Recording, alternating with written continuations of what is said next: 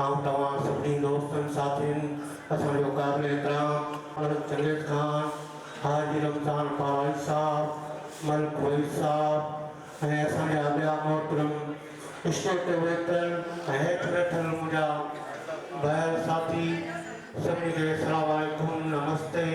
तव्हां सभिनी जो तहे दिल सां निहायती शुक्रगुज़ार आहियां जिन असांजे प्यारे हस्ती गंगोमल जिरामाई खे हेॾो मान मर्तबो ॾेई इज़त बख़्शी आहे सरदार मलिक जंगेद खान जो निहायती शुक्रगुज़ार आहियां।